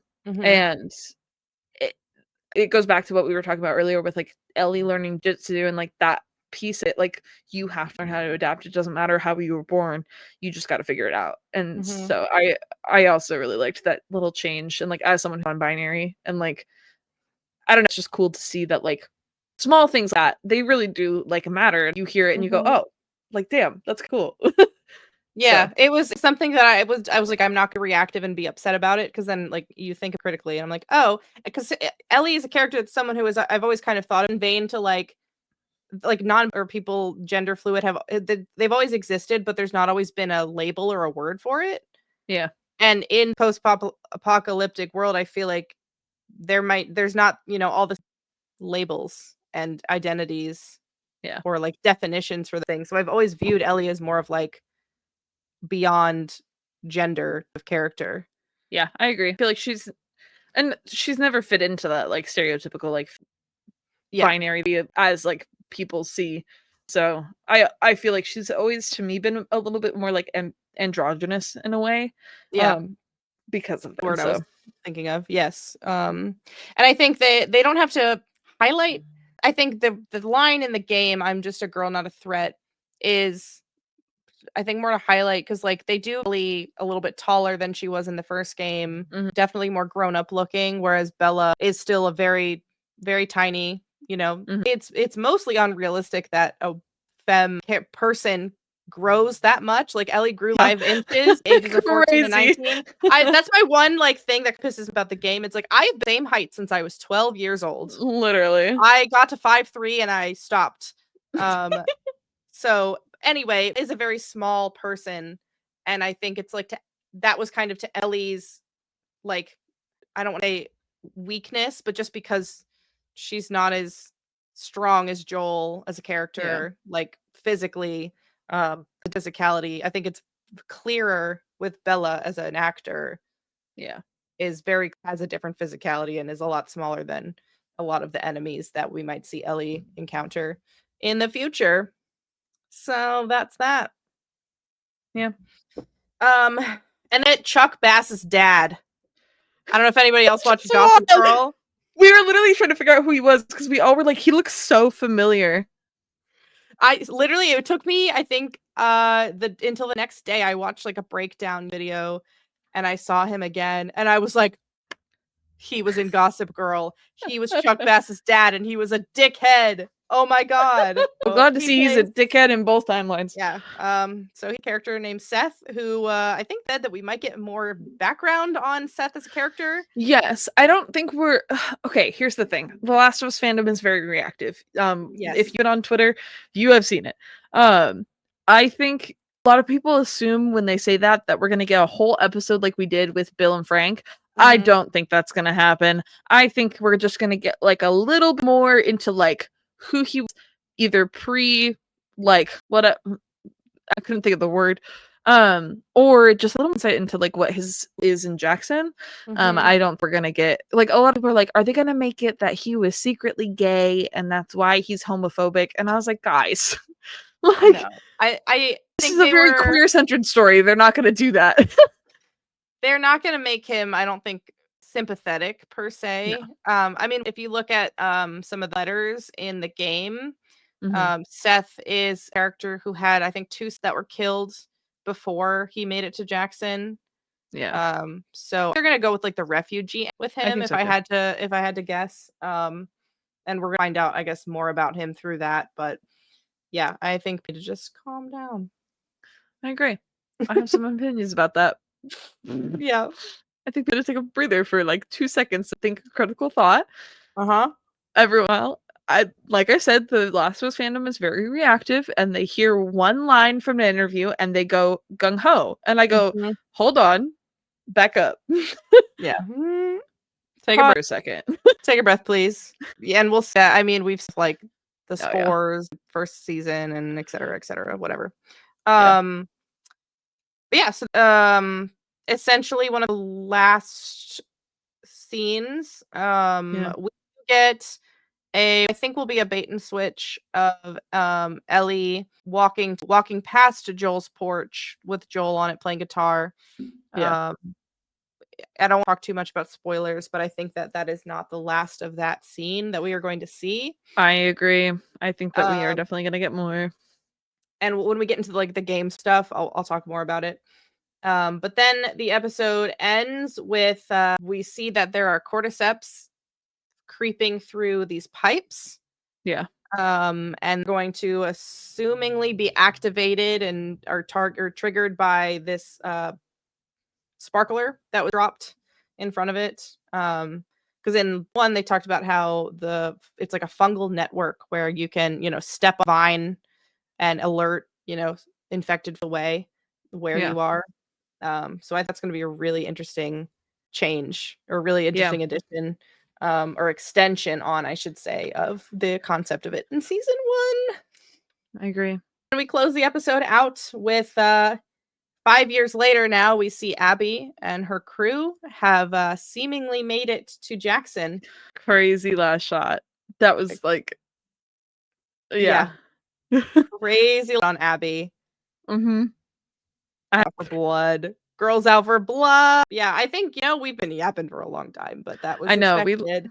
Listen, they have to expect this. I'm sorry to everyone. I'm not sorry, actually. I love The Last of Us, and I will continue to the app. Maggie literally texted me and said, "Are you still recording?" And I said, "Absolutely, we are." And I said, "What's going on?" And she's like, "Something happened on 911." And I go, "We're busy." Yeah. Locked in. But now is a good time. We will gears into talking about the episode with spoilers, game connections, and future speculation. And this is like total spoiler Like warning really bad plot. warning.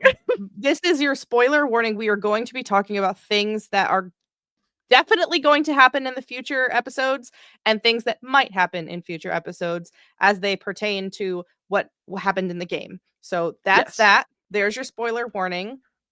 Get out of Very here. important things. If you have not played the game and don't want to know, leave now.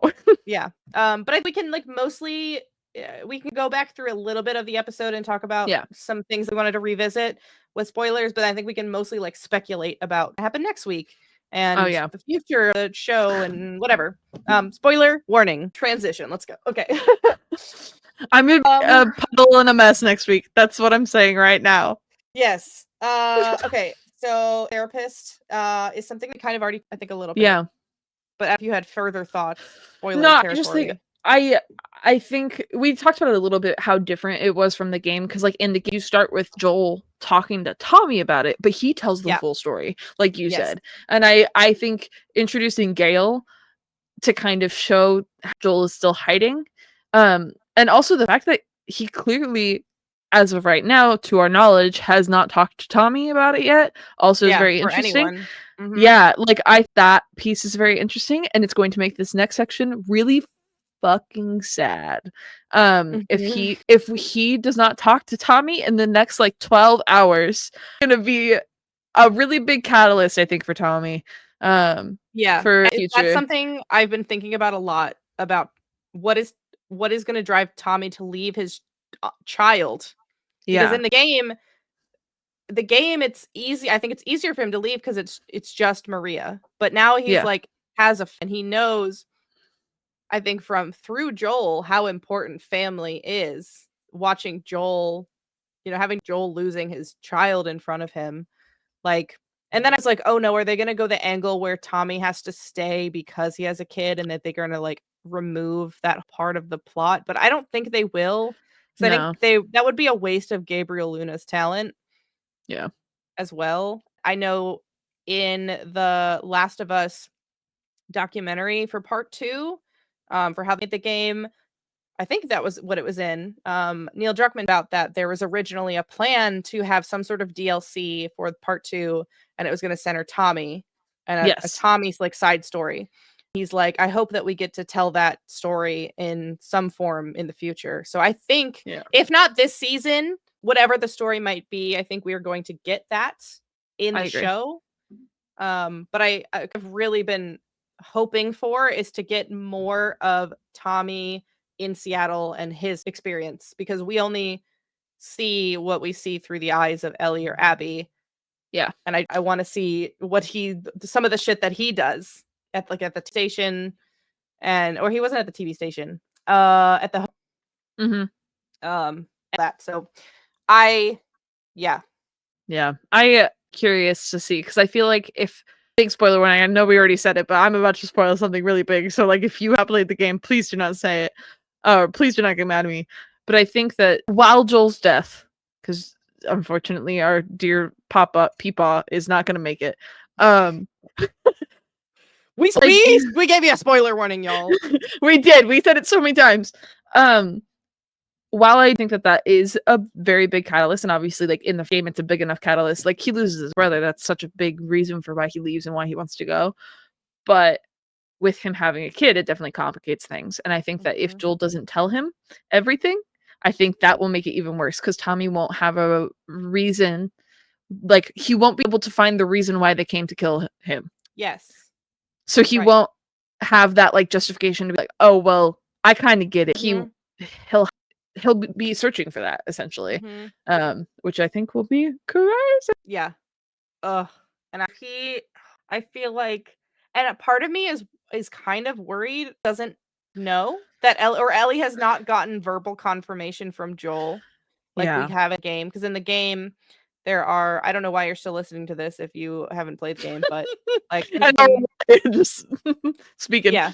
It's a flashback, and we see that Ellie ends up going back to Salt Lake and finds the hospital, and out through recordings and other things what Joel did, and then Joel finds her and she asks him, like, I need you to tell me the truth or you're never going to see me again. And that only then is when he confesses to her.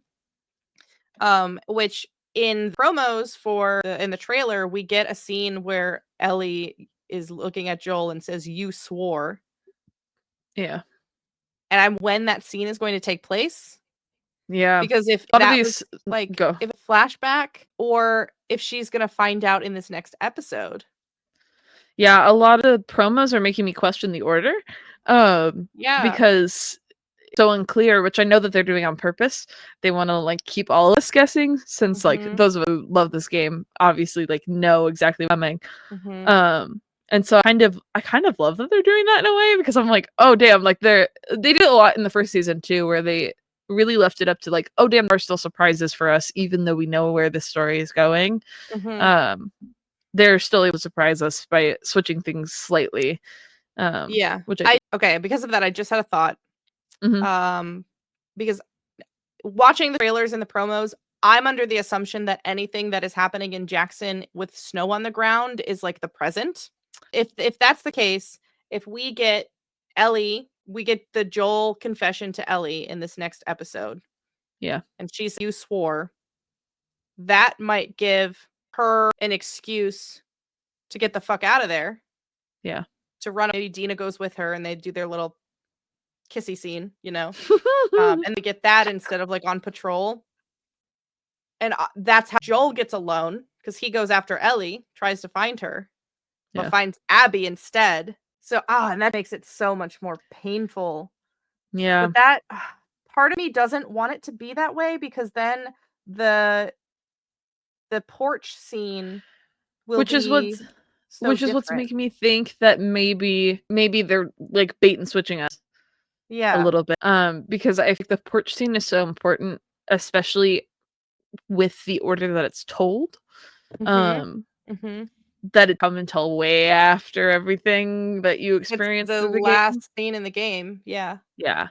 I'm getting it this season. I think that they're gonna wait. I think that they've been trolling You think us. so? I think that they're definitely setting it up. Like obviously she passed and like we saw kind of, but I don't think we're gonna get it. I think that they're either gonna give it to us at the end of the season or we're not gonna get it until next season. My prediction would be it's gonna be in the season finale because they made a point to show that. Yeah. And just the way it'd be a very delayed callback to do it I was next gonna say, season. just logistically because of how it works with television, you know, when you game, you get the whole thing at once and you all. With a show, we're gonna cut to season 3, but that's like 2 years at the earliest. Yeah. So I think my prediction is that they're gonna call back to that scene in the finale.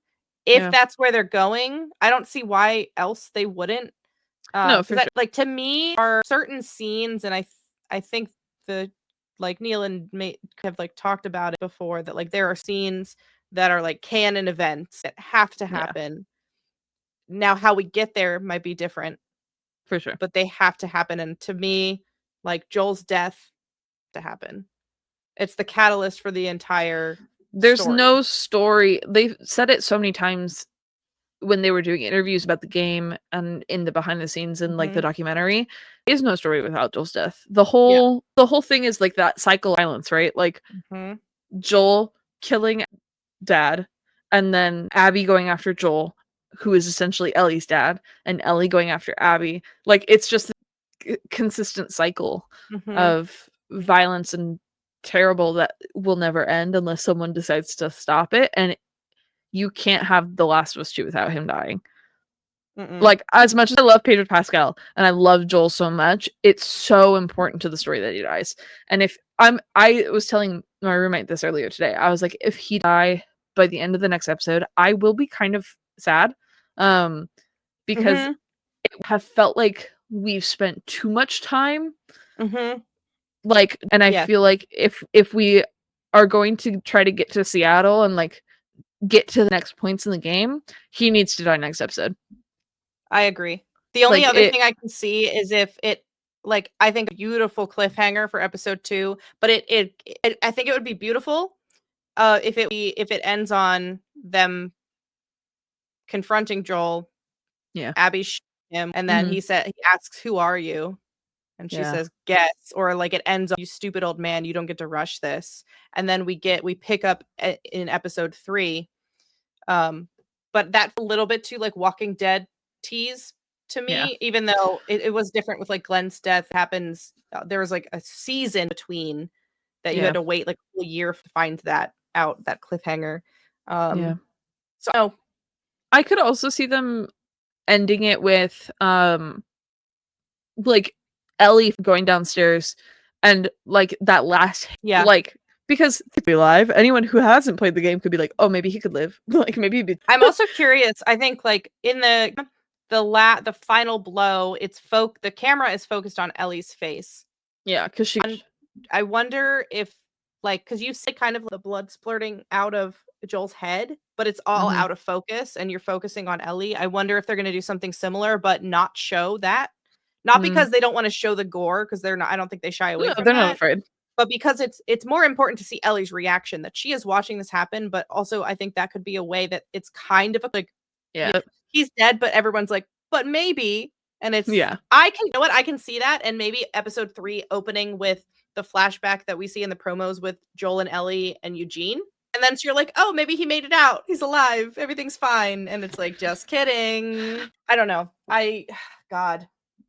Yeah. But I think I've seen so many people, and I was so like stuck on, I've seen so many people who are like, oh, they're going to drag it out. Like they're going to make everything chronological so that we get Joel for more of the season. And maybe his death will be the season finale. And I've been so strong on like, no, it happened early because it's the catalyst for the story. Like there's no about it. The flashbacks do not work in the same way if they were told chronologically.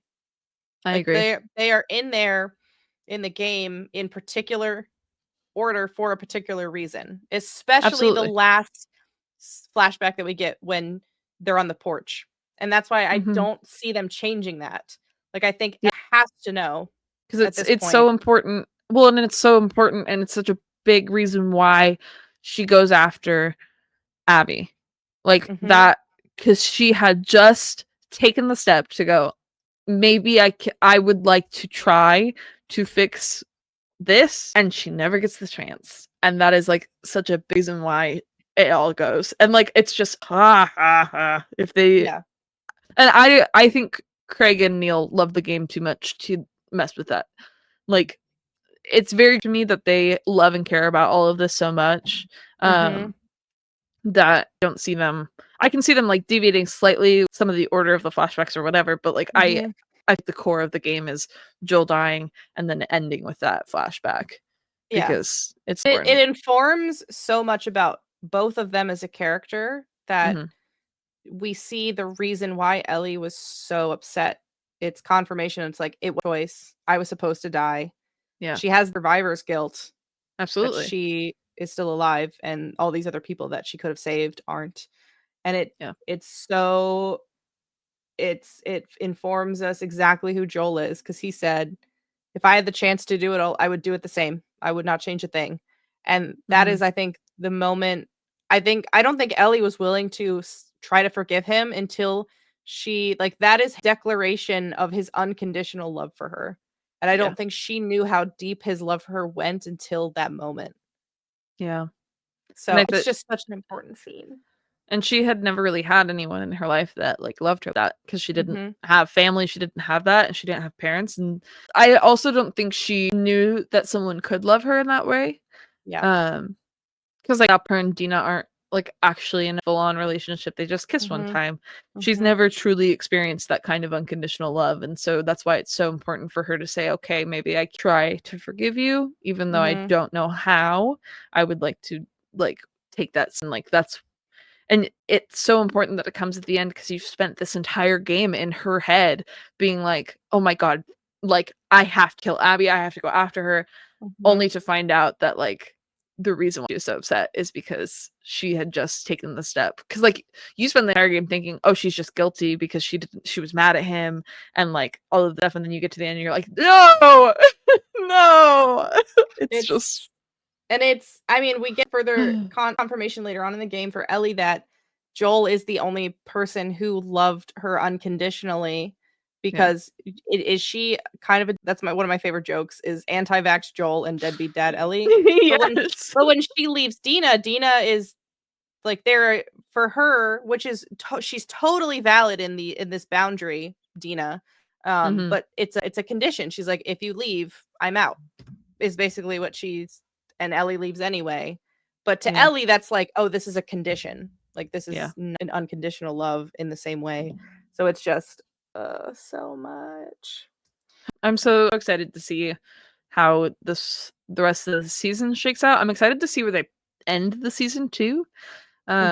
Since we're getting a season 3, I figured they were going to split it up because the second game is significantly longer. But I'm excited to see where we end up and where it pauses and whether or not we're going to get the thing that I keep wondering is like how much Abby's story are we going to know in this season? Yeah. My prediction, I think we're not getting any of Abby's Seattle days. Yeah, I don't do either. Maybe some dub stuff because I know we're getting more Isaac. So I can see the scene between Isaac and Manny and Abby happening. But I think we'll get some tidbits without context of like why she's doing this. Because we could say my kind of prediction at point, just the pace of the series of the show, is that I think the season finale is going to end on what we know as day 2 for Ellie killing Nora. Because that's kind of a point for Ellie as a character and her like how far she's willing to go for this. I don't everything's going to happen in the same order that it does, but if that is the case, we might see we hear that like, oh, Abby was just here, but we're not going to know why. Kind of like we know her whereabouts, but we don't know why she's doing what she's doing and whatever. Yeah, we don't know what's going on. We definitely would have got Yara and Lev cast announcement if they were going to be in this season. Correct. Which is what makes me think that it's not gonna like we're really not gonna see a lot of Abby. She's gonna kind of be the host of the story, almost. Very much like she is in the beginning of the game, where it's like we know that she's out there, we know that she's doing stuff, and maybe we'll see some flashbacks and stuff, but I don't think we're gonna see a lot of her. No, I think by the end we will find out exactly who Abby is and why she comes to kill Joel. That it's not necessarily because they killed all these fireflies and they killed the doctor that could have saved the world. It was like that's her was her dad. So exactly. I think by the end we're gonna find out that. I think probably expand on her relationships with the other characters, especially Owen, because they've already kind of said in the beginning that like, oh, Owen be closer to Abby than the others. Yeah. And that was flashback. So at that point they were still a couple in that opening scene. Which will be interesting to just see how they choose to explain that. Because we get Owen tells Abby that Mel is pregnant when they're overlooking Jackson, and it's just the two of them and not the whole group. And we know that we're most likely getting that next episode because we have the clips of Abby in the fence. And I went in LA. Okay. This is what I want to talk about with the so I don't know if you know this or if any of you listening know this, but the idea for Abby was that she was going to infiltrate Jackson to find Joel and actually have stayed there for a few days and like try to him or whatever. I think Abby was originally older. Yeah. So it'd be less to be like friends with an old guy before and then they changed it to they aged her down and they had this whole death happen at a off-site location. But because spent so much money on these Jackson sets, and we see, I think from the promos, it looks like the Horde is coming to Jackson, and there's going to be this big set piece in the town. I also think that is going to be. I think the death scene is going to happen in Jackson and not separate. I think Abby still has to go off by herself because she is. I think also as the season progresses, they're going to show the reckless nature of Abby in parallel with Ellie. Yeah. Because because this conversation with Owen, and Owen's kind of her reason, who's like, well, we need to get some more intel. We don't even know if Joel is in the city. We don't know anything. And Abby's like, fuck you, I'm going to do this myself, my way. And I think that's kind of important for her coming across Joel just by happenstance. Like Abby died. Like she's sheer luck. She runs into the guy she's looking for. I think other people are going to suggest that they try to get into the town as refugees. Yeah. And so they're already inside. And I'm sure that they, like we see, will help with this horde. Yeah. Joel brings her back to town, reunites her with her friends, and then everything plays out kind of the same. Oh, yeah. I could see that for sure. Of them, oh god, yeah. Because then, like, and Tommy's like, no, we need to bring them. Yeah. Yeah, because suggests, like, oh, well, you guys can, like, restock before you move on your way back in town. And they're like, oh, great, thanks, before they find out who they are. So I can, that's kind of my prediction of how it's going. Now, how they're going to make it isolated to where no one else walks in other than Ellie until after it's all over will be interesting when you're in, like, a big is that they're going to get to him in Jackson, and then they'll, like, knock him out, like, tie him and, like, bring him to the chalet, and then it happens. But I don't know. I feel like it's just going to be in Jackson. Speaking of Pascal, and this is slightly off topic. Yes. Star Wars is happening right now. For those of you that don't know, we're recording Star Wars like during the Star Wars celebration, and Pedro Pascal on stage and reunited with Grogu. And they apparently, I don't know if they showed a full trailer for The Mandalorian, but it has a date now. Sorry, I'm railing this podcast right now, but it's May 22nd, May 22nd, 2026. Shit. So next year. And then they also announced the name of the Star Wars film that Ryan Gosling will be in. It'll be a standalone film set 5 years after The Rise of Skywalker. Oh, fuck. So we are getting like a kind of sequel-y era thing. Cool. So that's what's been announced so far just now. And I was getting like bombed by like people, so I should share because I know that you love The Mandalorian, and I was like, we're talking about Pedro Pascal, so like he's in Japan right now. They need to keep Din alive. That's all I'm saying. I agree. Also, Pedro's outfit is kind of cunty.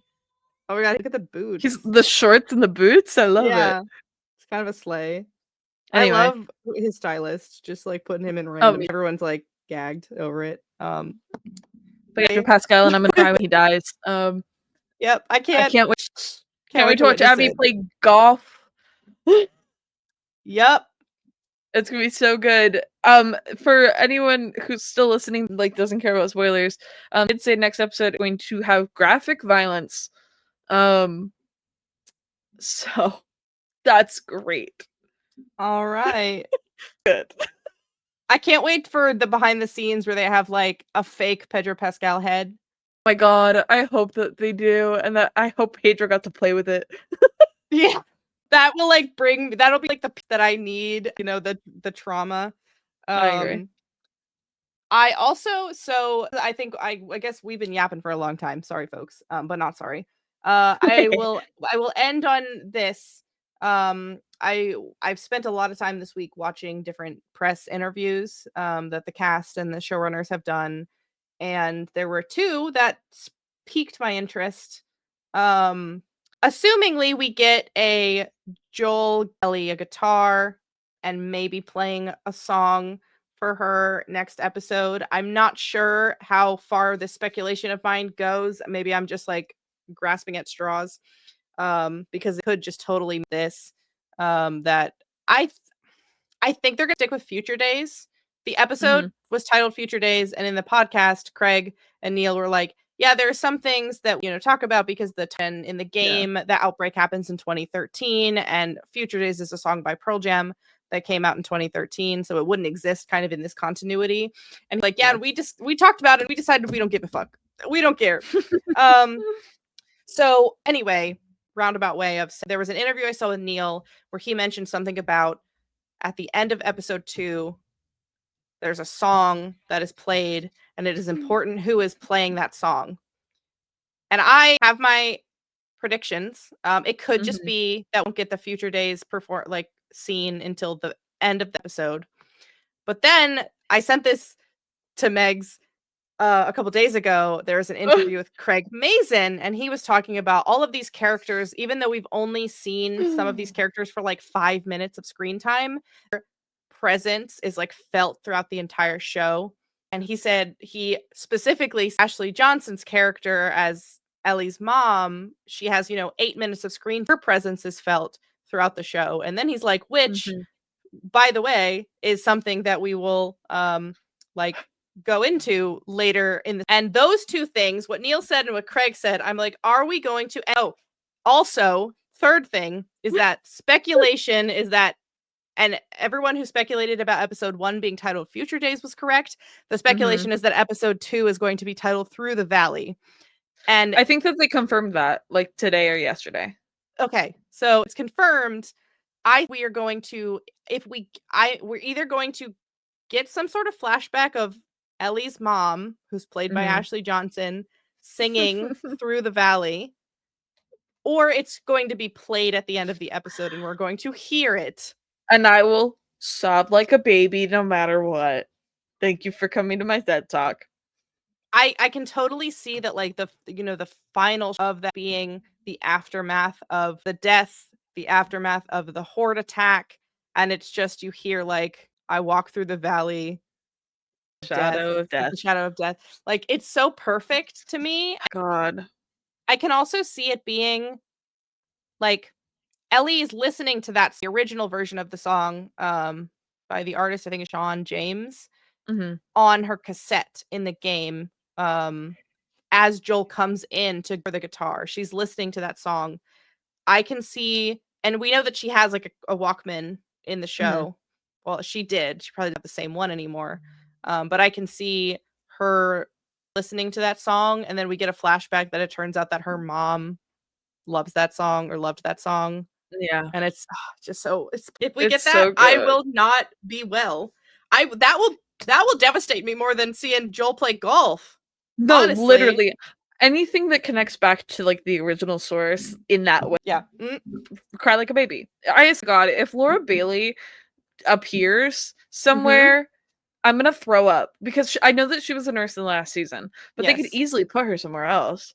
Like easily. Yeah. So I love it's so poetic that Ashley Johnson birthed Ellie both as the character in the original source material and also literally in the show as her mother.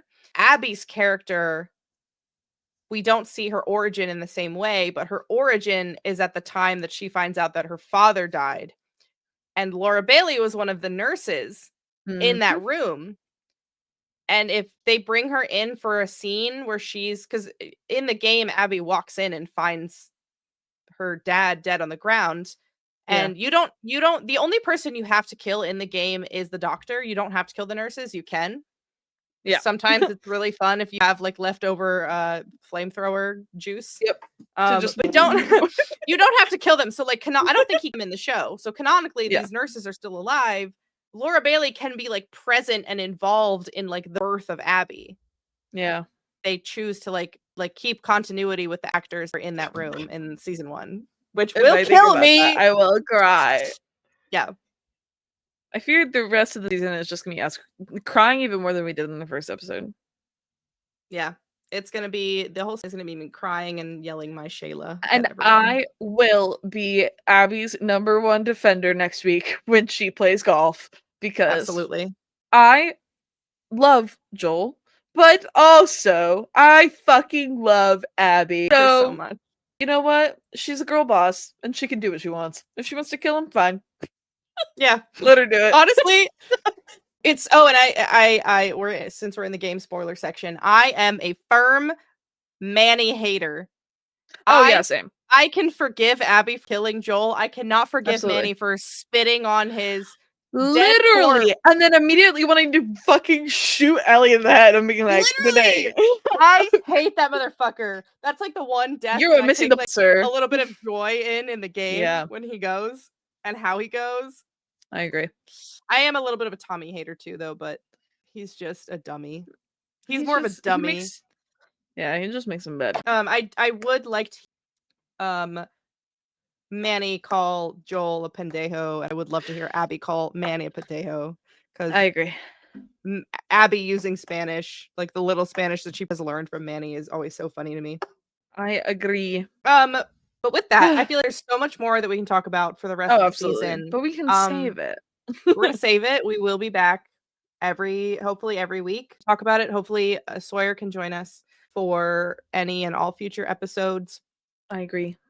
And yeah, we'll be back. I can get this and uploaded to come out on Friday. It's Thursday now when we're recording, so that you have the weekend to listen to it and talk about it, yap with us until Yeet. episode on Sunday night. Yeah, otherwise, I think that's Megs. I agree. Would you care to tell people where we can find you? Absolutely. If you're watching on YouTube, you can see my tag down here. It's at Megalorian, Megalorian on literally everything. Instagram, TikTok, Twitter. I have been just screaming about The Last of Us on Twitter, so I'm so sorry if you follow me. And on TikTok. I've really been like, this is all I've been talking about. But that's where you can find me. I post about my life. I live by the Disney parks. So if you want to see a lot of Disney parks content, I'm the place. And that's pretty much it. Love. I'm like choking all of a sudden. It's okay. But yeah, follow Yap Sesh Pod. Follow me, follow Sawyer. Keep updated so you can be yapping with us. And we'll see you next week. We'll yap with y'all again soon. Bye.